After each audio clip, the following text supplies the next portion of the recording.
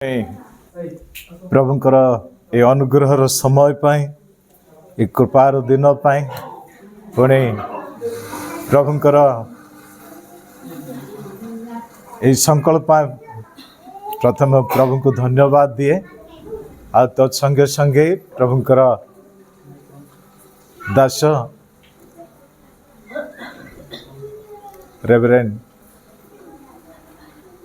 TN Raju मोर सान भाई को धन्यवाद जनाए पुणे प्रभुंकर दासी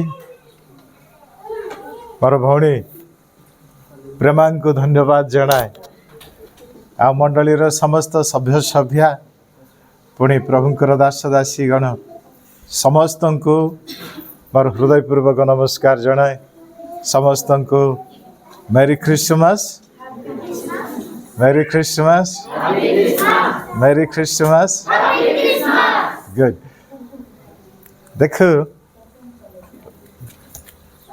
से जहाँ भी हो प्रभु से गौरव पाइबा योग्य अटंते। Praise the Lord.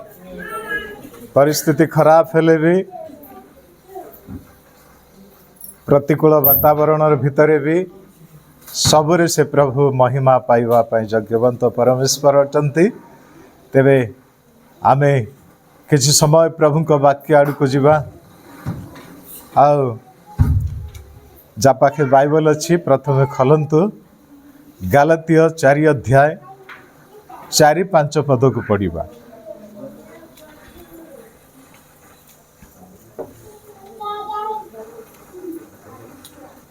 गलातिया 4 अध्याय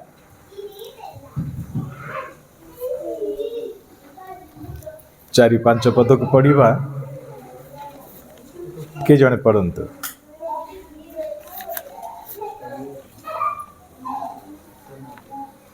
पाइले मो पढ़ुछि। किंतु काल संपूर्ण होते ईश्वर अपना निकटरू निज पुत्र को प्रेरण कले।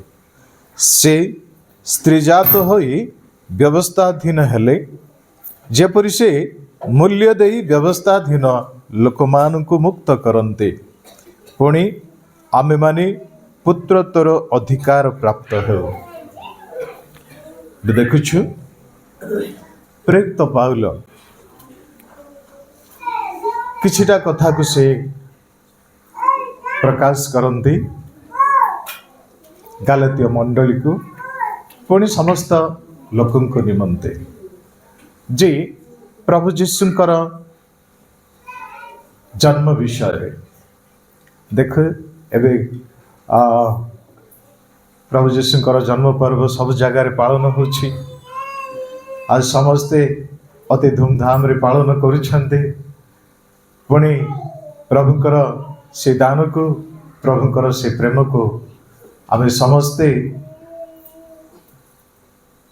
ए माध्यम दे कि मध्य लोकों को जनाउछ जे आज को 2024 मसीहा पूर्वे प्रभु जीशु मनुष्य मानकर परित्राण निमंते जगत को आसी थे। देख एठी प्रेरित पाउल कहते किंतु काल संपूर्ण होते ईश्वर अपना निकटरू निज पुत्र को प्रेरण कले। कौन से काल थिला कहीं पाउल से प्रकार कहते कारण आम देखु जी ए पृथ्वी जेतेबेले परमेश्वर सृष्टि कले आउ गोटे स्वर्ग सदृश ही परमेश्वर सृष्टि करथिले पुणी परमेश्वर सृष्टि रे कौनसी विषय अभाव नथिला। मनुष्य को मध्य से संपूर्ण तांकरी रूप रे बनैले कौनसी पशु पक्षी सदृश कि कौनसी माने जगतर कौन से विषय सदृश से बनी नाहंते कि दूतों सदृश मध्य बनी नाहंते से अपना सदृश रे बनैले। हालेलुया। निज सदृश बनैले आ देखो बने कि परमेश्वर समान को एदन नामक स्थान रखिले। एदन रो अर्थ होछि भू तल स्वर्ग। आ देखुछु से स्थान रे परमेश्वर से रखिले आ सब प्रकार गौरव रे महिमा रे से पूर्ण स्थान रखिले। परमेश्वर जमिति थिले सेमिति से रखिले। देखु ता परवर्ती समय रे मनुष्य परमेश्वर आज्ञा उल्लंघन करी से पाप रे पतित हला। पुणी पापर वेतन जे मृत्यु मनुष्य जीवन रे आसिला। आ देखुछु जो दिन मनुष्य पतन हला से दिन ही परमेश्वर समानंको गोटे परित्राण आशा देले, जहाँकि आदि पुस्तक 3 अध्याय 15 पदरे आम देखुछु जे परमेश्वर से दिन ही मनुष्यर परित्राण निमंते गोटे आशा देले। सेठा देखो आम के जने परिवार साहाय्य करंतु।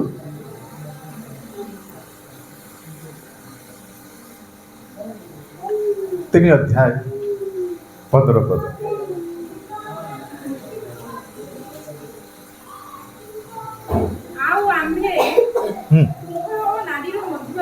आउ आंबे तुमर और नारीर मध्यरे तुम्ब वंश तांक वंश मध्यरे वैर भाव जन्मेगा। एटी देखो जो सर्प नारी को भुलैथिला से सर्प को पिता परमेश्वर कहते। आउ आंबे तुम्बर और नारीर मध्यरे वैर भाव जन्मेगा। पुणी कौन से वैर भाव ता तलक आम पढ़ुछु जे पढ़वा से तुमर मस्तक को आघात करिवो तुम्बे ताहार गोइठी के आघात करिवो। एटे देखुछु जे कि प्रकार परित्राण साधन करिवे परमेश्वर। पुणी का द्वारा हेबे एठी परमेश्वर कहउछंती नारीर। आउ इंग्लिश बाइबल बढ़िया लिखा अछि सीड ऑफ ए वुमेन। देखुछु गोटे स्त्री रो माने संतान ठारू। तेबे एटे देखुछु परमेश्वर से दिन ही योजना करथिले जे मनुष्यर परित्राण केमिति परमेश्वर करिवे। तेबे एठी आमे देखुछु परमेश्वर जगत को अर्थात मनुष्य मान को से प्रेम कले, जहाँकि आम जहन 3 अध्याय 16 पदरे देखुछु ईश्वर जगत को एडे प्रेम कले जे से अपना अद्वितीय पुत्र को दान कले, जे कई तागठारे विश्वास करी से विनष्ट न होई अनंत जीवन प्राप्त हो। तेबे देखुछु जे पिता परमेश्वर योजना जे गोटे मनुष्य मानकर निमंते दान सदृश्य तांकरी पुत्र को से देवे। आउ तांकरी जन्म कि प्रकार हेबो आमे देखुछु। कारण आदि पुस्तक ही आमे देखुछु जे नारीर पुत्र द्वारा देखुछु ताहा जिशाय जदि आमे 7 अध्याय 14 पदर पढ़िबा सेठारे यीशु ख्रीष्टंकर जन्मर प्राय 700 वर्ष पूर्वे जिशाय भविष्यत वक्ता से भविष्यवाणी करुछन्ते। पढ़ि दियंतु। एहेतु प्रभु आपे तुम मान को एक चिन्ह देवे। देखो एक कन्या गर्भवती होई एक पुत्र प्रसव करिबो ओ ताहार नाम इमानुएल हेबो। देखुछु एक कन्या गर्भवती होई पुत्र प्रसव करिबो। देखुछु जे मनुष्य मानकर परित्राण निमंते पिता परमेश्वरकर योजना जे से यीशुकर जन्मर 700 वर्ष पूर्वे ही से कहते जे गोटे कन्या गर्भ धारण करिबो। ଆଉ ପୁତ୍ର ପ୍ରସବ କରିବ ଆଉ ତାଙ୍କର ନାମ ଇମାନୁଏଲ ଦିଆଯିବ। ଅର୍ଥାତ୍ ଇମାନୁଏଲର ଅର୍ଥ ଆମେ ଜାଣୁ ଯେ ଈଶ୍ୱର ଆମ ସହିତ। ଦେଖୁଛୁ ପ୍ରିୟମଣ୍ଡଳୀ, କାଳ ସମ୍ପୂର୍ଣ୍ଣ ହୁଅନ୍ତେ ଈଶ୍ୱର କ'ଣ କରୁଛନ୍ତି ନା ଆପଣା ନିକଟରୁ ନିଜ ପୁତ୍ରକୁ ପ୍ରେରଣ କଲେ। 700 ବର୍ଷ ପୂର୍ବର ଭବିଷ୍ୟତବାଣୀକୁ ଆମେ ଦେଖୁଛୁ ଯେ ମାଥ୍ୟୁ ତାର 1 ଅଧ୍ୟାୟ 21 ପଦରେ ଆମେ ଦେଖୁ। 18 ପଦ ଆଉ 21 ପଦ ପଢନ୍ତୁ।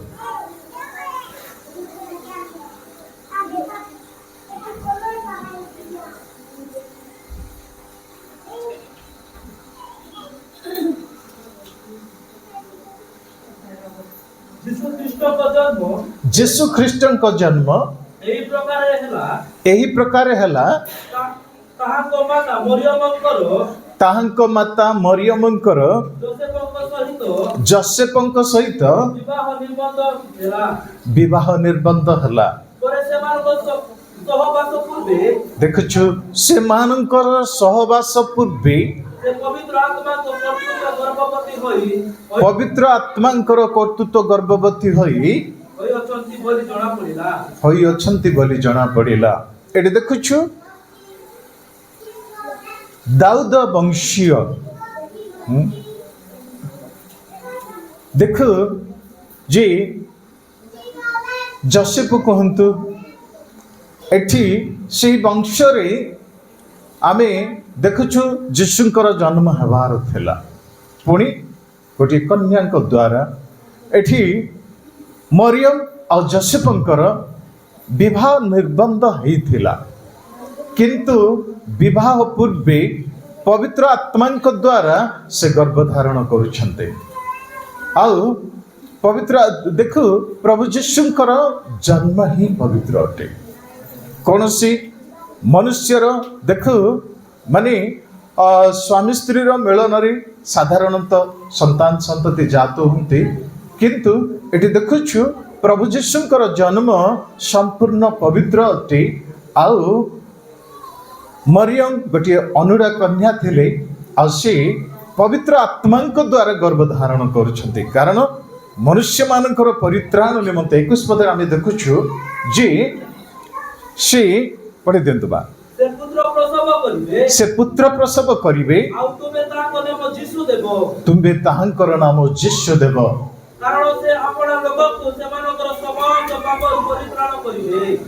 ସେ ଆପଣା ଲୋକଙ୍କର ସମସ୍ତ ପାପରୁ ସେ କ'ଣ କରିବେ? ପରିତ୍ରାଣ କରିବେ। ଦେଖ ଏଠି ମରିୟମଙ୍କ କୋଳରୁ ଯେଉଁ ସନ୍ତାନ ଜାତ ହେବେ ଯୀଶୁ, ସେ ଆପଣା ଲୋକମାନଙ୍କର ସମସ୍ତ ପାପରୁ ସେ ପରିତ୍ରାଣ କରିବେ। ପିତା ପରମେଶ୍ୱରଙ୍କର ସଂକଳ୍ପ ଆମେ ଦେଖୁ ଯେ କାହିଁକି ପରମେଶ୍ୱର ଏସବୁ ସଂକଳ୍ପ କଲେ। ମୁଁ ଆଜି କିଛିଟା ଅଂଶ ଆପଣମାନଙ୍କ ସମ୍ମୁଖରେ ରଖିବା ପାଇଁ ଚାହେଁ ଯେ ଆମେ ବାଇବଲରୁ କିଛିଟା ବିଷୟକୁ ଦେଖିବା। କାହିଁକି ପ୍ରଭୁ ଏସବୁ ସଂକଳ୍ପ କଲେ ଯେ ତାଙ୍କରି ଲୋକମାନଙ୍କର ପରିତ୍ରାଣ ନିମନ୍ତେ।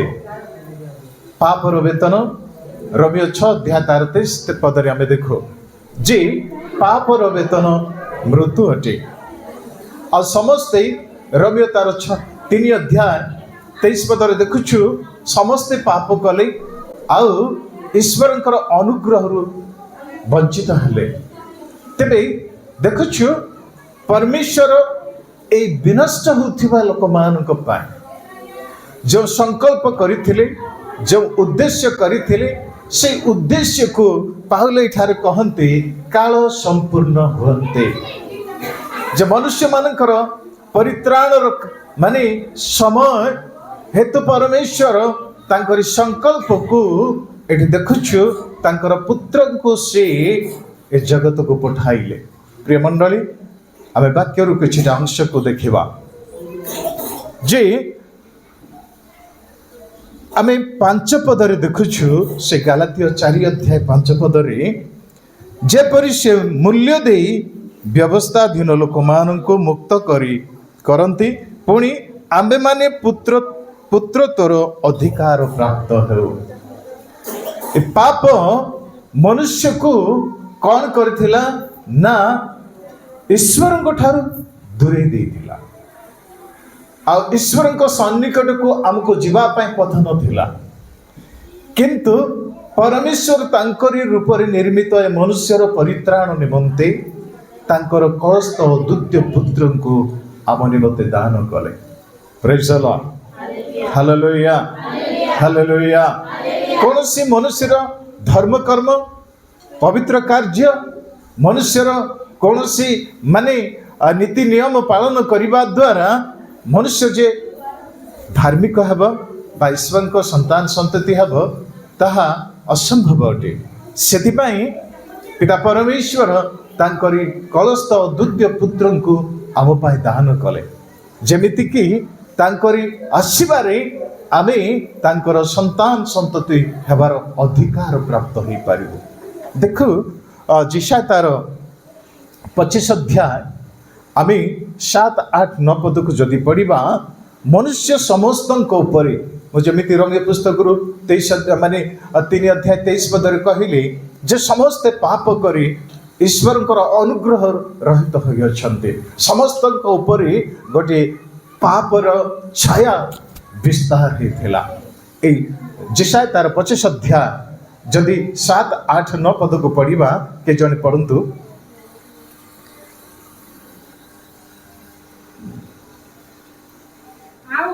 आउ सर्वगोष्ठी मानक उपरे जेउ अड़ना पड़ी अच्छे भलरे शुणंतु ओ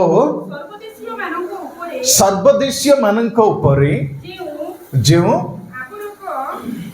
आबरक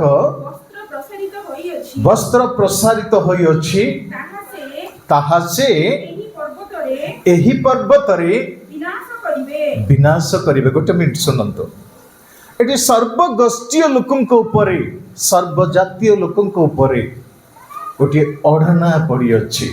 जिसाय भविष्यत वक्ता से कहते मनुष्य समाज उपरे पाप रूप अढ़णी पड़ी अच्छी। मनुष्य समाज उपरे समस्त गोष्ठीय समस्त जातीय समस्त भाषावादी समस्त उपरे जो दिन मनुष्य परमेश्वर आज्ञा उल्लंघन कला आदम हवा पाप कले से दिन देखु समस्त मनुष्य उपरे गोटे पाप रूप अढ़ना पड़ी अच्छी। मनुष्यर धर्म कर्म द्वारा मनुष्यर पवित्र कार्य द्वारा मनुष्यर कौन सी कर्म द्वारा से चादर तलु से बाहरी पारिब नहीं।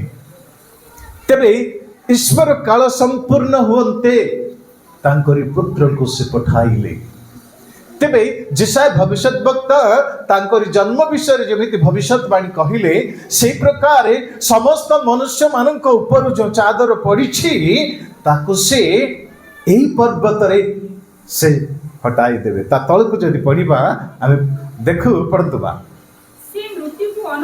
से मृत्यु को अनंत काल पर्यंत ग्रास करी अछंती ओ प्रभु सदा प्रभु समस्त मुखरु लतक दो पछी देबे। Praise the Lord, hallelujah. आज समस्त को मृत्युर भय सबुटा बड़ भय जदि कहिबा समस्त को मृत्युर भय। शारीरिक मृत्यु पाई एते भय किंतु शरीर आत्मार मृत्यु जहा कि अनंत अग्नि रही सेटा तो आहरी भय थी। आमे समस्ते जानू जे नरक अच्छी स्वर्ग अच्छी। तेबे स्वर्ग को जीवाई समस्ते प्रयास करू आमे समस्ते चाहू कहीं नरक को जीवाई चाहे ना समस्त को स्वर्ग ही दरकार। किंतु देखो मनुष्यर शत प्रयास से स्वर्ग को जाई पारिबो नाही। सेतिपाई देखो पिता परमेश्वर देखिले जे मनुष्यर परित्राण निमंते जदि आमे एब्री पुस्तक रे देखिबा जे एक अध्याय रे तार 2 पद रे से विभिन्न समय रे विभिन्न प्रकार भाववादी मानक द्वारा देख से कथा कहले किंतु शेष समय तांकरी पुत्र यीशु द्वारा मनुष्य समाज को से कथा कहते परमेश्वर मनुष्य को सृष्टि करके एमिति छाड़ी दे नहांती तार परित्राण निमंते से अनेक योजना कले किंतु से योजना रे मनुष्यर माने परित्राण साधित हो पारिला नहीं धर्मशास्त्र देले विधि विधान देले भिन्न भिन्न विषय रे परमेश्वर बलिदान मध्य से समय रे थिला किंतु तद्वारा मनुष्यर परित्राण हो पारु नथिला साधित हो पारु नथिला सेति पई काल संपूर्ण होते देखो ए मनुष्य समाज पर जे जो पाप रूप अढ़णी पड़ी आमे रोमियो 6:23 रे देखिलु जे सेठारे पापर वेतन मृत्यु मनुष्य पर से मृत्युर छाया रही थिला आ देखो मनुष्य धर्म कर्म विषय जिसाय भविष्यत वक्ता से कहती जिसाय 64 अध्याय तार जदि आमे 6 पद को पढ़िबा सेठी से कहते पढ़ंतु बा 5-6 पद को पढ़ंतु जो लोग आनंद रे धर्माचरण करे जो माने तुम पथरे तुमको स्मरण करंती तुम्बे सेमान को सहित साक्षात करि था देखो हाँ ओ आम्भे माने पाप कलो आम्भे माने दीर्घ काल तहिरे रही अछु आम्भे माने की परित्राण पाइबा कारण भलरे शुणंतु आम्भे समस्त अशुचि लोक तुल्य होई अछु ओ आम्भ मानकर धर्म कर्म सबु अशुचि वस्त्र तुल्य अटे ओ आम्भे समस्ते पत्र तुल्य जन्न हेउछु आउ आम्भ मानकर अपराध सबु वायु परी आम्भ मान को उड़ाई निए एटी देखुछु मनुष्यर धर्म कर्म मनुष्यर पवित्रता कहंतु मनुष्यर आउ नीति कार्य कहंतु मनुष्यर विधि विधान कार्य कहंतु परमेश्वर दृष्टि रे ताहा अशुचि वस्त्र सदृश अटे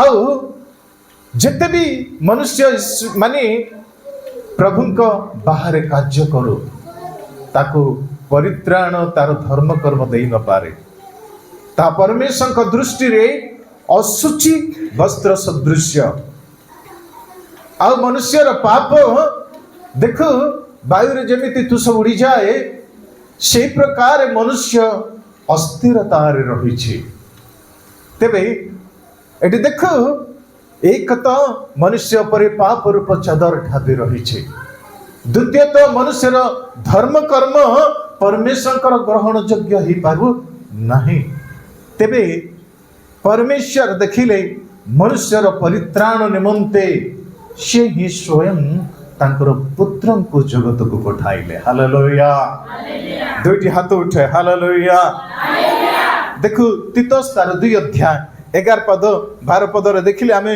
सेठा देखु समस्त मानव जातिर परित्राण निमंते तांकर पुत्र को जगत को पठाइले केवल जे गोटिए जाति पाई नुहे केवल जे गोटिए धार्मिक लोक मान को पाई नुहे समस्त मनुष्य समाज पाई पढ़दबा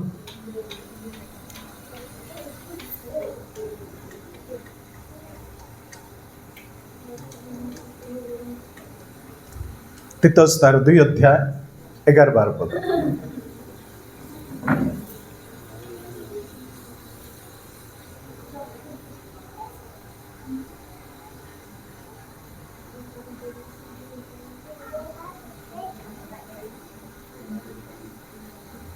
Praise the Lord. Hallelujah. Hallelujah.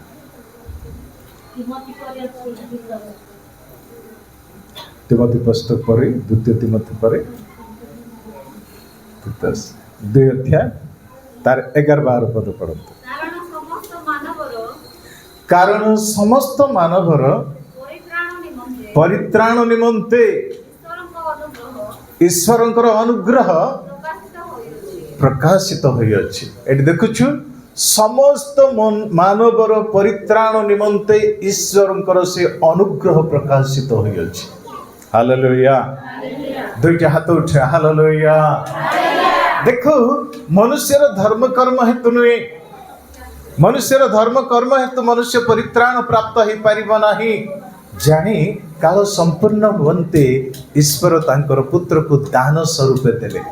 ए परित्राण मनुष्य प्राप्त हेबा पई हेले परमेश्वर अनुग्रह अटे। हालेलुया। दुईटा हाथ उठे हालेलुया। देखो समस्त मानव जातिर परित्राण निमंते ईश्वरंकर अनुग्रह प्रकाशित होई अछि। तेबे प्रिय मंडली एटी देखुछु जे प्रभु जीशु कर जन्म आम पाई गोटे अनुग्रह अटे, अनुग्रह अटे।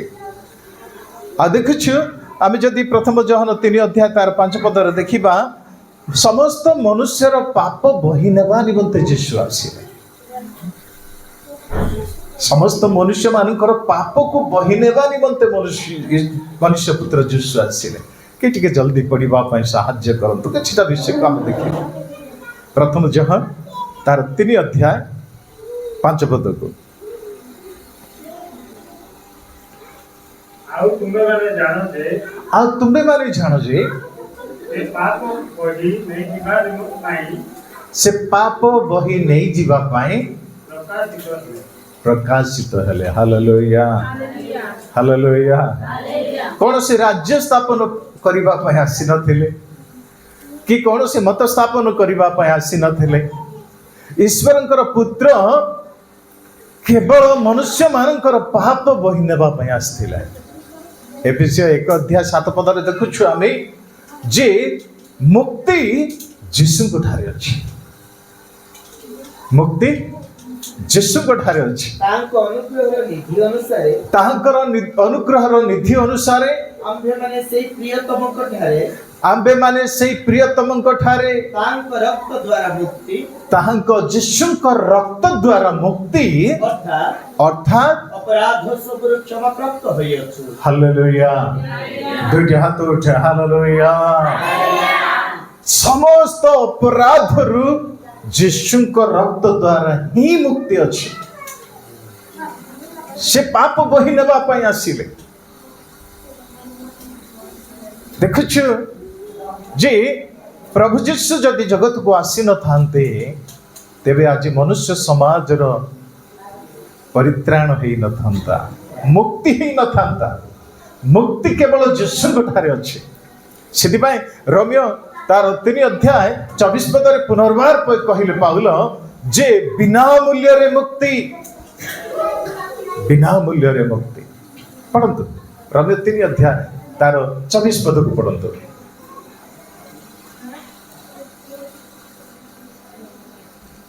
पूरी सेमाने बिना मूल्य रे तांको अनुग्रह रे बिना मूल्य रे तांकर अनुग्रह रे ख्रीष्ट जीसु को ठारे जे मुक्ति अछि। भलरे सुनंतु ख्रीष्ट जीसु को ठारे जे मुक्ति अछि तद द्वारा धार्मिक गणित होंती। हालेलुया। हालेलुया। देखो मनुष्यर धर्म कर्म परमेश्वर दृष्टि रे कौन अछि? असुचि वस्त्र सदृश। मैला वस्त्र को कहीं पिंधती ना। मैला वस्त्र घर थिले गंध बाहर। आ मैला वस्त्र जदि 4-5 दिन जदि गाधेबा नाही कि से कपड़ा ही पिंधुथिबा पाख तोड़ माछी भी आसीबनी। गंधर और दुर्गंध। देखो मनुष्यर ये धर्म कर्म परमेश्वर को दृष्टि रे से प्रकार दुर्गंध वस्त्र सदृश थिला। मुक्ति कहारी ठारे मिले नहीं, क्यों सी जगह मिले नहीं। हमें देखो प्रेरित 4 अध्याय 12 पदरे आकाश तले मनुष्य मानक मध्यरे आ कोनोसी नाम रे परित्राण नहीं केवल यीशुक नाम रे। हालेलुया। दुईटा हाथ उठे हालेलुया। तेबे मनुष्य समाज ऊपर जो वस्त्र पड़ीथिला, जो ओढ़णी पड़ीथिला से अणनी को काढ़ी देबा पई यीशु आसिले समस्तकर पाप बोहि नेबा पई मुक्ति तांकरी ठारे परित्राण तांकरी ठारे परित्राण कौन जगह मिले ना तेरे ये देखु बिना मूल्य रे मुक्ति आ परित्राण प्रभु अनुग्रह रक्त द्वारा से काल संपूर्ण होते ईश्वर जगत को पुत्र को पठाइले जे प्रकार आमे पुत्र तर अधिकार प्राप्त हेबु हालेलुया हमर आइडेंटिटी तांकरी रूप रे हमको बनैथिले आ से जो परिचय हमर छाली जाइथिला आम ऊपर जो पाप रूप अढणी पड़ीथिला आमर धर्म कर्म परमेश्वर को दृष्टि रे असुचि वस्त्र तुल्य थिला और से पाप को बहिले तांकरी निजर संतान संतति करिबा पय सेति पय जन 1 अध्याय 12 पद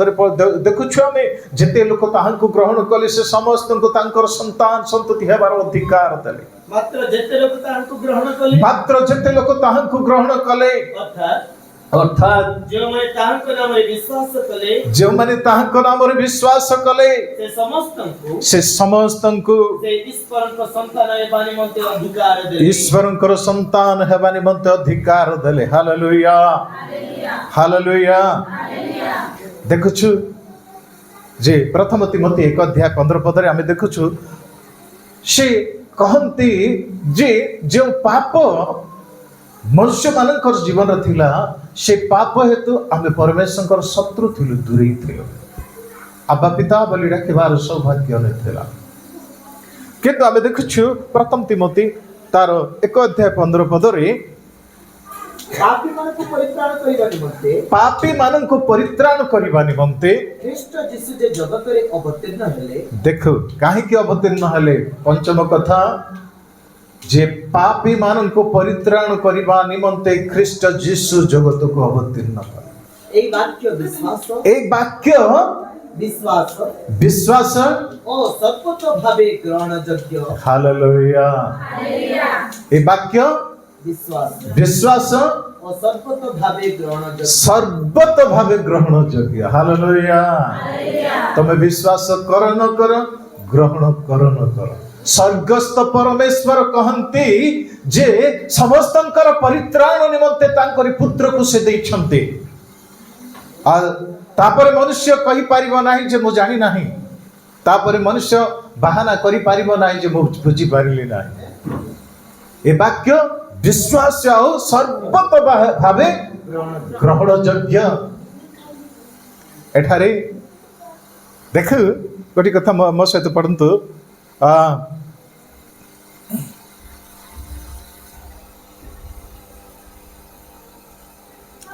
द्वितीय तिमोथी तार 1 अध्याय 9-10 पद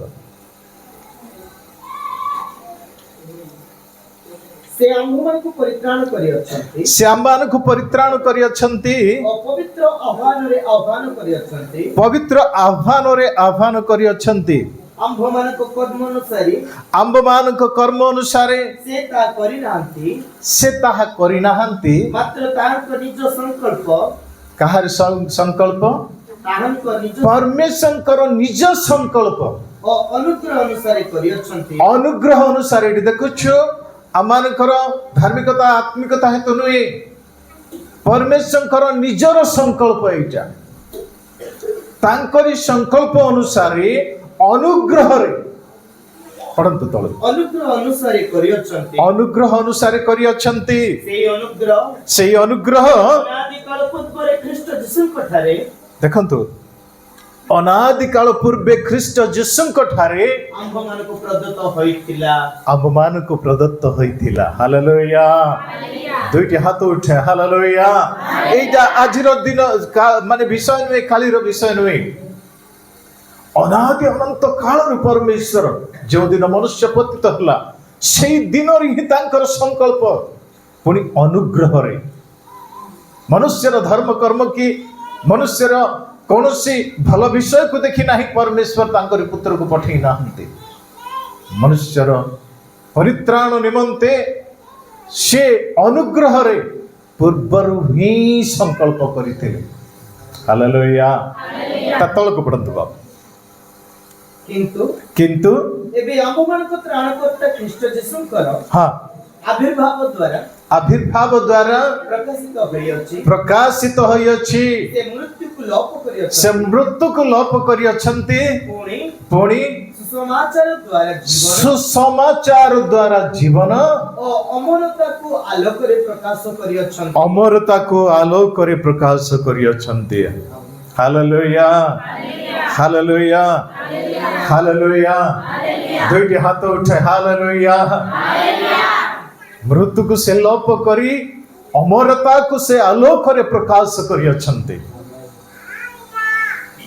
कलसिया 1 अध्याय 13 पदरे प्रेरित पाउल गोटे कथा कहती सी जे मृत्युर अंधकार जगतरु तांकर प्रिय पुत्र ख्रीष्टंकर आलोकमय जगत को आम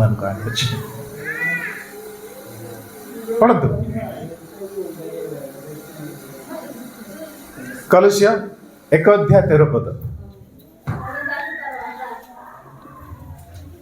जल्दी पढ़ा किछटा विषय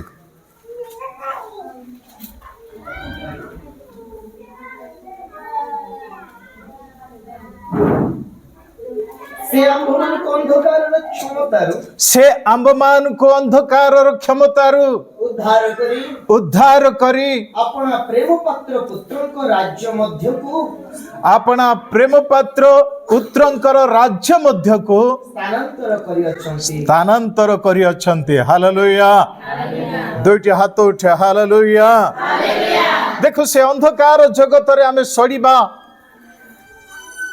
पिता परमेश्वर इच्छा नथिला सेथिपाई से जगत को आसिले आम मान को से अंधकार जगतरु से पुत्रंकर आलोकमय से स्थान को परित्राण आलोक रे आनी अछन्ते प्रिय मंडली देखु आमे माने एमिति साधारण परित्राण पाइना प्रभुंकर अनुग्रह रे परित्राण पाई अछि प्रभु आमान को आमे से अंधकार रो माने जगत रही पाप रे पतित होइथिलो मृत्यु जगत रे रही आम उपरे पाप रूप ओढ़ना पड़ीथिला आ देखु आमान को जीवन रे कौन सी भल विषय नथिला किंतु प्रभु यीशु से अंधकार रु आमानकर तांकरी आलोकमय राज्य को आनी अछन्ते यह सत्य अटे प्रथम तिमोथी 2 अध्याय 4, 5, 6 पदरे पुनर्बार पाउल कहती यह सत्य अटे जेटा समस्त विश्वास करने आवश्यकता रही पढ़देव प्रथम तिमोथी 2 अध्याय 4, 5, 6 पद हाँ कौनसी लोक स्वयं कार्य करी प्रथम तिमोथी 2 अध्याय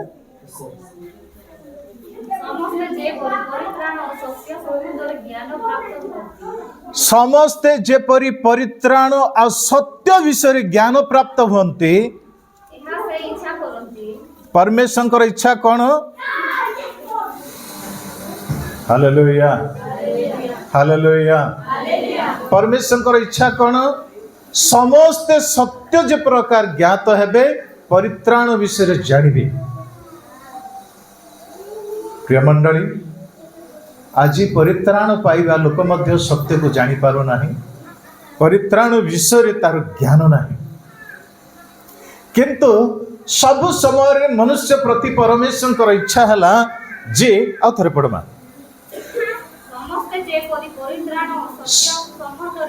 समस्ते जेपरी परित्राण और सत्य संबंध ज्ञान प्राप्त हुए यहाँ से इच्छा करती एकमात्र ईश्वर अछंती ईश्वर और मनुष्य मान मध्य एकमात्र मध्यस्थ से अटंती से ख्रीष्ट यीशु जने मनुष्य हालेलुया हालेलुया कौन ज्ञात हुंतु समस्त मनुष्य परमेश्वर इच्छा कौन ना सत्य आउ परित्राण हालेलुया दुईटे हाथ उठे हालेलुया ଆଜି ଦୁନିଆ ମିଥ୍ୟା ପଛରେ ଦୌଡୁଛି। ଆଜି ପରିତ୍ରାଣ ପାଇବା ପାଇଁ ସତ୍ୟତାକୁ ସେ ଜାଣିପାରୁନାହିଁ, ମିଛ ପଛରେ ଦୌଡୁଛି। କିନ୍ତୁ କାଳ ସମ୍ପୂର୍ଣ୍ଣ ହୁଅନ୍ତେ ଈଶ୍ୱର ସ୍ୱୟଂ ତାଙ୍କର କଳର ଅଦ୍ୱିତୀୟ ପୁତ୍ରକୁ ସେ ଜଗତକୁ ପଠାଇଲେ। ତେବେ ଯୀଶୁ ଯହନ 8:32 କହିଲେ, ତୁମେ ସତ୍ୟ ଜ୍ଞାତ ହେବ ଆଉ ସେଇ ସତ୍ୟ ତୁମକୁ ସ୍ୱତନ୍ତ୍ର କରିବ। ପ୍ରେଜ୍ ଦ ଲର୍ଡ, ହାଲେଲୁୟା। ଦୁଇଟି ହାତ ଉଠେ, ହାଲେଲୁୟା, ଜୋରସେ ହାଲେଲୁୟା। ସତ୍ୟ ଜ୍ଞାତ ହେବ, ପ୍ରଭୁ ଚାହାନ୍ତି ସତ୍ୟ ଜ୍ଞାତ ହୁଅ ତୁମେ, ଆଉ ପରିତ୍ରାଣ ବିଷୟରେ ତୁମେ ଜ୍ଞାନ ପ୍ରାପ୍ତ ହୁଅ। ପ୍ରିୟ ମଣ୍ଡଳୀ, ଏଠି ଦେଖୁ ପ୍ରଭୁଙ୍କର ଇଚ୍ଛା ଯେ ସମସ୍ତ ମନୁଷ୍ୟ ସେ ସତ୍ୟତାକୁ ଜାଣନ୍ତୁ। ସେଥିପାଇଁ ପ୍ରଭୁ ଯୀଶୁ ସମସ୍ତ ସମୟରେ କହିଲେ, ସତ୍ୟ ସତ୍ୟ ମୁଁ କହୁଛି। ସତ୍ୟତା ପ୍ରଭୁ ଯୀଶୁଙ୍କ ଠାରେ ହିଁ ଅଛି। Hallelujah, hallelujah. ତାଙ୍କର ଜନ୍ମରେ ସତ୍ୟତା ରହିଛି, ତାଙ୍କ ଜନ୍ମରେ ପବିତ୍ରତା ରହିଛି, ଆଜି ପର୍ଯ୍ୟନ୍ତ କେହି କାଟି ପାରି ନାହାନ୍ତି। ହାଲେଲୁୟା। ତାଙ୍କର ମୃତ୍ୟୁରେ ସତ୍ୟତା ରହିଛି, ଆଜି ପର୍ଯ୍ୟନ୍ତ ତାଙ୍କ ମୃତ୍ୟୁ ବିଷୟରେ କେହି ଅନେକ ଭୁଲ କହିକି ମଧ୍ୟ କେହି ତାକୁ ପ୍ରୁଭ୍ କରିପାରିଲେ ନାହିଁ। ତାଙ୍କର ପୁନରୁତ୍ଥାନରେ ସତ୍ୟତା ରହିଛି, ମନୁଷ୍ୟମାନଙ୍କ ନିମନ୍ତେ ସେ କାଲବରୀ କ୍ରୁଶରେ ହତ ହୋଇ ରକ୍ତ ବହାଇବା ସତ୍ୟତା ରହିଛି। ତାଙ୍କରି ଆଗମନ ମଧ୍ୟ ସତ୍ୟ ଅଟେ। ଆଜି ସାଇଣ୍ଟିଷ୍ଟ ମାନେ ମଧ୍ୟ କହୁଛନ୍ତି ଏ ପୃଥିବୀ ବିନଷ୍ଟ ହେବ। ପ୍ରଭୁଙ୍କର ଆଗମନ ସନ୍ନିକଟ, ପ୍ରଭୁଙ୍କର ଆଗମନ ସନ୍ନିକଟ। ତେବେ ପ୍ରଭୁଙ୍କର ଜନ୍ମରେ ସତ୍ୟତା ରହିଛି, ପ୍ରଭୁଙ୍କ ବିଷୟକ ବାଣୀ ସବୁ ସତ୍ୟ ଅଟେ, ତାଙ୍କ ବିଷୟରେ ଯେଉଁ ସବୁ ଭବିଷ୍ୟତବାଣୀ କୁହାଗଲା ତା ସତ୍ୟ ଅଟେ। ତେବେ ପ୍ରିୟ ମଣ୍ଡଳୀ, ଏହି ସତ୍ୟତା ସମସ୍ତେ ଜାଣନ୍ତୁ, ଏହି ପରିତ୍ରାଣର ଜ୍ଞାନ ସମସ୍ତେ ପ୍ରାପ୍ତ ହୁଅନ୍ତୁ, ଏହା ପରମେଶ୍ୱରଙ୍କର ଇଚ୍ଛା। Hallelujah, hallelujah. ଆଜିର ପ୍ରଚାରରେ ମଧ୍ୟ, ଆଜି ପରମେଶ୍ୱରଙ୍କର ବାକ୍ୟରେ ମଧ୍ୟ, ବାଇବଲରେ ମଧ୍ୟ ଆଜି ଯେଉଁ ପ୍ରଭୁଙ୍କର ଦାସ ଦାସୀ ମାନେ ସୁସମାଚାର କହୁଛନ୍ତି ସେଥିରେ ମିଥ୍ୟା ନାହିଁ। ପ୍ରେଜ୍ ଦ ଲର୍ଡ, ହାଲେଲୁୟା। କୌଣସି ମନ ଭୁଲାଣିଆ କାହାଣୀ କି କୌଣସି ଲୋକଙ୍କୁ ଭୂତେଇବାର କଥା କହି ଆଜି ଲୋକଙ୍କୁ ପ୍ରଭୁଙ୍କ ବିଷୟ କୁହାଯାଉ ନାହିଁ, ସତ୍ୟତାକୁ ପ୍ରକାଶ କରାଯାଉଛି। କାରଣ ସମସ୍ତ ମନୁଷ୍ୟ ଏ ସତ୍ୟତାକୁ ଜାଣୁ, ଏହା ପରମେଶ୍ୱରଙ୍କର ଇଚ୍ଛା, କୌଣସି ମନୁଷ୍ୟର ଇଚ୍ଛା ନୁହେଁ। ଆଉ ଏ ପରିତ୍ରାଣକୁ ସମସ୍ତେ ବୁଝନ୍ତୁ, ଏଇଟା ପରମେଶ୍ୱରଙ୍କର ଇଚ୍ଛା, କୌଣସି ମନୁଷ୍ୟର ଇଚ୍ଛା ନୁହେଁ। ହାଲେଲୁୟା। ତେବେ ଦେଖୁ ସମସ୍ତେ ସେ ସତ୍ୟତାକୁ ଜାଣନ୍ତୁ, ଏହା ଈଶ୍ୱରଙ୍କ ଇଚ୍ଛା। ଦୁଇଟା ପଦକୁ ଆମେ ଦେଖି ବଧ କରିବା। ପ୍ରଥମ ପିତର ତାର 1:20-19 ପିତର କହନ୍ତି ଗୋଟିଏ କଥା, କାରଣ ପରମେଶ୍ୱରଙ୍କର ରକ୍ତର ଯେଉଁ ବଳିଦାନ ରହିଛି, ମନୁଷ୍ୟର ପାପ ମୋଚନର ପ୍ରକୃତ ସତ୍ୟତା ସେଇଠି ରହିଛି। ବରଂ ନିଖୁନ୍ତ ନିଷ୍କଳଙ୍କ ଶାବକ ସଦୃଶ ଖ୍ରୀଷ୍ଟଙ୍କ ବହୁମୂଲ୍ୟ ରକ୍ତରେ ମୁକ୍ତ ହୋଇଅଛ। ଖ୍ରୀଷ୍ଟଙ୍କର ବହୁମୂଲ୍ୟ ରକ୍ତରେ ମୁକ୍ତ ହୋଇଅଛ। ସେ ଜଗତର ପତନ ପୂର୍ବରୁ ନିରୂପିତ ହୋଇ, ଶୁଣନ୍ତୁ, ଏଠି ଜଗତର ପତନ ପୂର୍ବରୁ ନିରୂପିତ ହୋଇ ତୁମମାନଙ୍କ ନିମନ୍ତେ ଶେଷ କାଳରେ ପ୍ରକାଶିତ ହୋଇଅଛନ୍ତି। କେବେ? ତୁମମାନଙ୍କ ନିମନ୍ତେ ଶେଷ କାଳରେ ସେ ପ୍ରକାଶିତ ହୋଇଅଛନ୍ତି।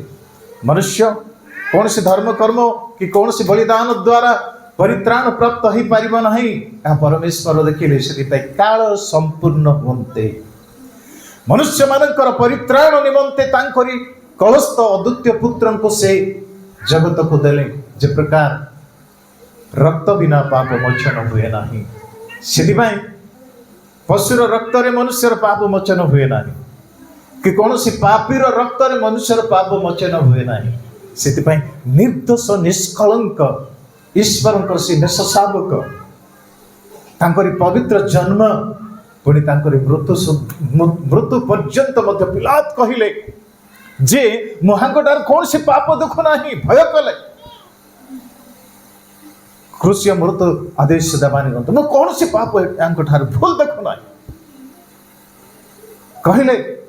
ଆଙ୍କ ବଦଳରେ ବରବାଙ୍କୁ ମୁକ୍ତି କରିବା, କିନ୍ତୁ ସମସ୍ତେ କହିଲେ ନାହିଁ, ବରବାଙ୍କୁ ନୁହେଁ, ବରବାଙ୍କୁ ମୁକ୍ତ କର, ବରବାଙ୍କୁ କ୍ରୁଶରେ ଚଢ଼େଇବା, ଯୀଶୁଙ୍କୁ ମୁକ୍ତ କରିବା। କିନ୍ତୁ ସମସ୍ତେ କହିଲେ ନାହିଁ, ଯୀଶୁଙ୍କୁ କ୍ରୁଶରେ ଚଢ଼ାଅ। बरब्बा को मुक्ति कर दियो, मुकलाई दियो। दुनिया पाप को चाहे, दुनिया पापी को चाहे, पवित्रता को चाहे ना, सत्यता को चाहे ना, धार्मिकता को चाहे ना। कौन से कहीं सत्यता अच्छी, कहीं मुक्ति अच्छी बुझा बहुत कष्ट। समस्ते चाहिए जे से पापी को ही आम पाई दियो। जेसु को क्रूसर चढ़ा। प्रियमंडली ये देखो से जगत पतन पूर्वे आमान को निमंते परमेश्वर तांकर ठारे संकल्प कले जे से जगत रे जन्म हेबे ए शेष काल रे आउ हम समस्त को निमंते बलि सदृश हेबे तांकर रक्त द्वारा समस्त विश्व परित्राण जे प्रकार पाई तोड़ को पड़ी जो ईश्वर तांको मृत मानक मध्य उठाई हाँ गौरवान्वित करी अछंती हाँ से ईश्वर को धरि तुम माने तांको द्वारा विश्वास करू अछ हाँ एणु ईश्वर तुम मानकर विश्वास और भरोसा स्थल अटंती। Hallelujah hallelujah. से मृत्युवरण कले सेतिक नुहे मृत्युर तांको पिता उठाइले। हालेलुया। तांकर पुनरुत्थान रे मध्य सत्यता रहिछि। हालेलुया। तांकर से कह उठ उठ कह कि गले शिष्य माने देखिले, अनेक लोक देखिले, देखो देखो स्वर्गारोहण कले, कहले पुनर्बार मु आछि तुमको स्वर्ग को नहीं जीवा। तेरे प्रिय मंडली देखो गोटे पद को पढ़ी आम बंद करवा जे मो सहित काढ़ु जेसा 61 अध्याय 9-10 पद को पढ़वा। हाँ अन्य देशीय मानक मध्यरे हाँ ओ सेमानक संतानगण हाँ गोष्ठी समूह मध्यरे हाँ विख्यात हेबे सदा प्रभुकर आशीर्वाद प्राप्त सदा प्रभुकर आशीर्वाद प्राप्त वंश बोली समान को देखिएबा लोक समस्ते स्वीकार करिवे। हाँ मु सदा प्रभुଙ୍କ ठारे अतिशय आनंद करिबी, मोर प्राण मो परमेश्वर ठारे उल्लसित हेबो, कारण हाँ हाँ हालेलुया। दुईटी हाथ उठे हालेलुया। मोर आनंद ए सब रे नुहे, मोर आनंद मो परित्राण रूप वस्त्र धारण करियछि। Hallelujah hallelujah. दुईटी हाथ उठे हालेलुया। मानव जाति को परित्राण करिबा पाई प्रभु यीशु आसिले। जो वस्त्र मनुष्य मानक ऊपर असुचि वस्त्र सदृश थिला, पाप रूप अढ़णी पड़ीथिला, ताकू से एड़े दे मृत्यु को से अनंत काल पर्यंत नाश करी मनुष्य को अनंत जीवन देबा पाई पुणी परित्राण रूप वस्त्र से मान को वस्त्रान्वित करिबा पाई यीशु आसिले। Hallelujah hallelujah. तळ को शेष पर्यंत पढ़ी दियंतो बा। हाँ धर्म रूप राजवस्त्र रे मते आच्छादित करी अछंती, कारण